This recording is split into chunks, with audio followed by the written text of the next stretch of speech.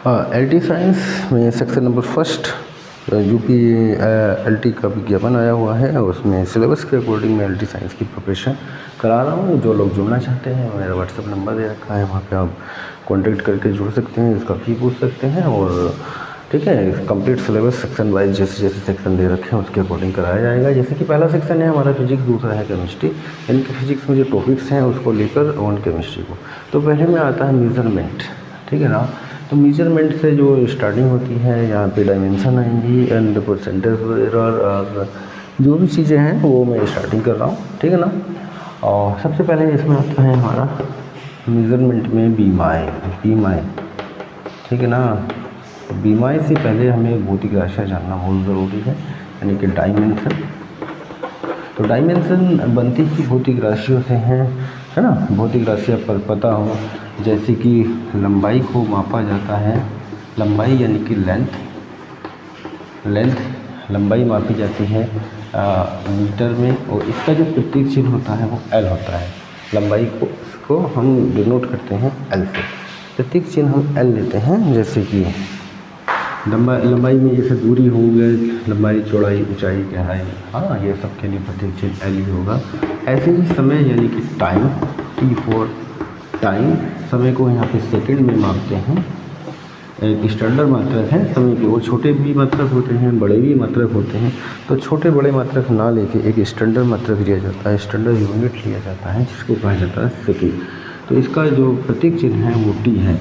And से ही द्रव्यमान यानी कि मास, ठीक है। द्रव्यमान को मापते हैं, द्रव्यमान का मात्रक होता है किलोग्राम। और इसके छोटे बड़े मात्रक हो सकते हैं, द्रव्यमान के बहुत सारे होते हैं, वो छोटे मात्रक होते हैं और बड़े मात्रक होते हैं। तो इसको मापते हैं हम एम से, प्रतीक चिन्ह एम लिया जाता है मास का।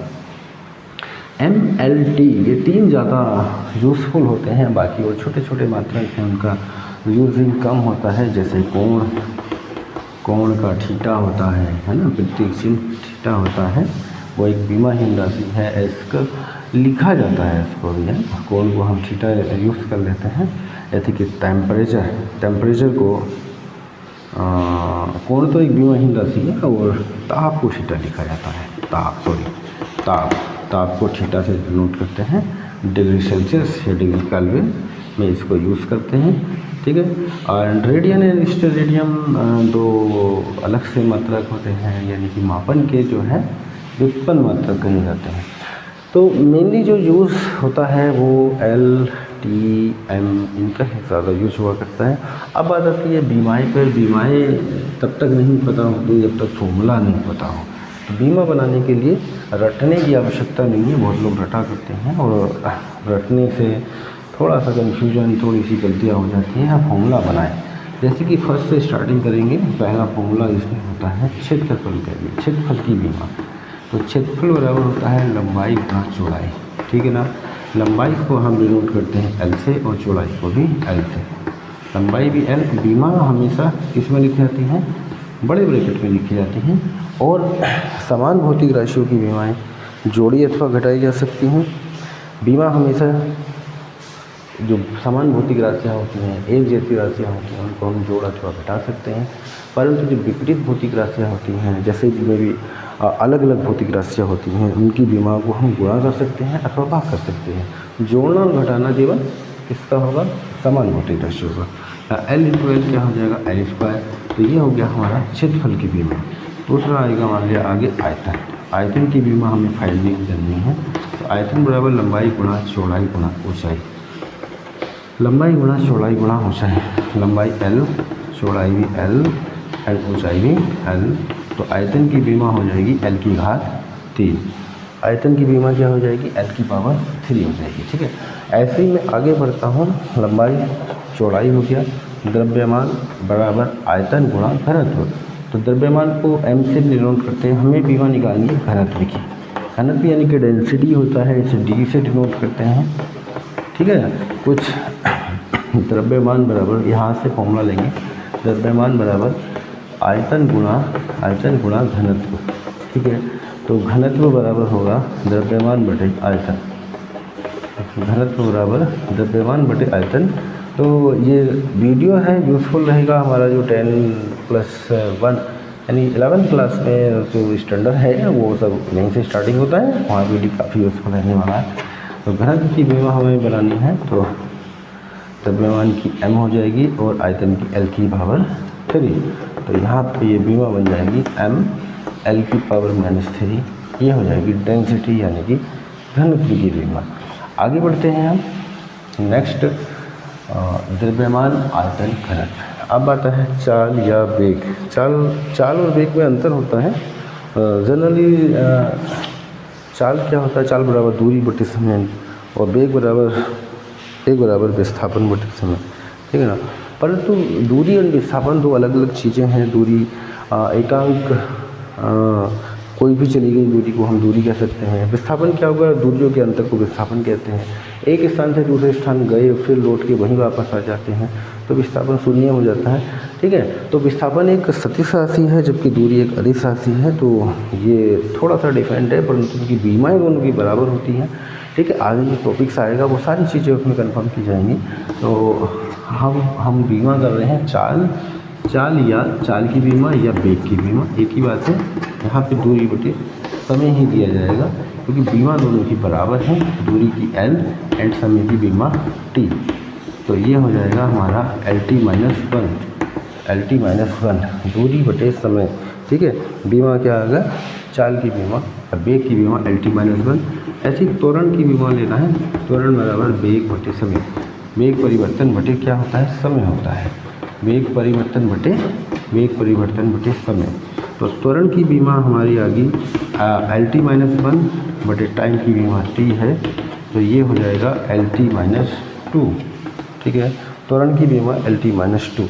अब मैं चाल निकाल चुका हूँ, त्वरण निकाल चुका हूँ। त्वरण का यूज कहाँ पे हो सकता है, जैसे बल की बीमा निकालने पे। बल F फोर्स, F बराबर क्या होता है ma, F बराबर ma, m यानी द्रव्यमान और a क्या होता है त्वरण, ठीक है ना। यानी कि बल बराबर द्रव्यमान गुणा त्वरण। तो F की बीमा n की बीमा m की बीमा गुणा a की बीमा, त्वरण की बीमा n की बीमा m हो जाएगा और a की बीमा हो जाएगा LT -2। तो F की बीमा MLT -2, ठीक है। तो बल की बीमा क्या हो गया MLT -2। नेक्स्ट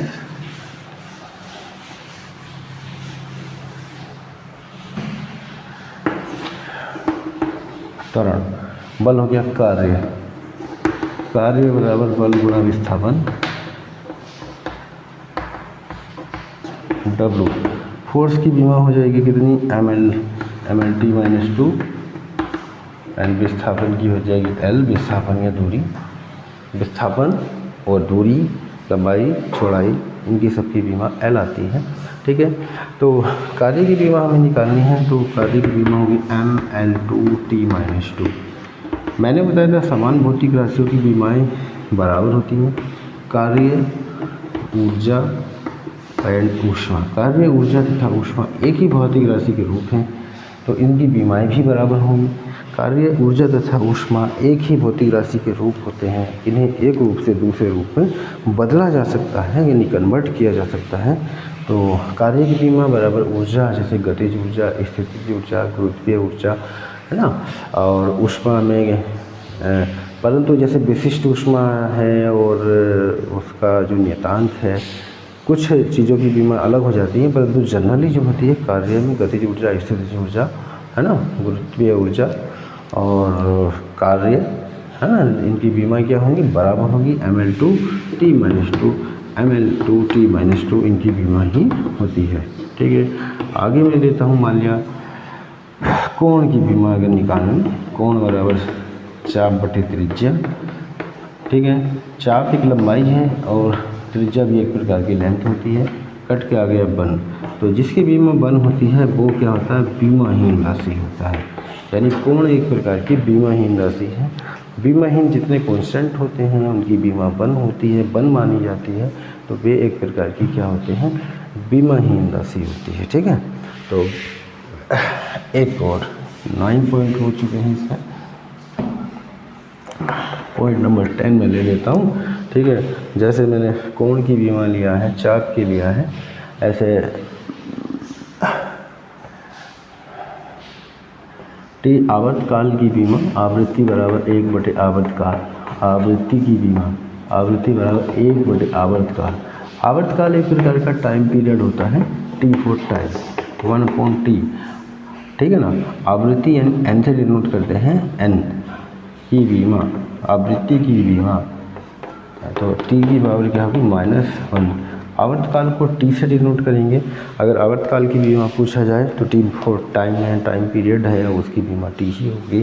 तो आवृत्ति की बीमा हो जाएगी टी की पावर -1।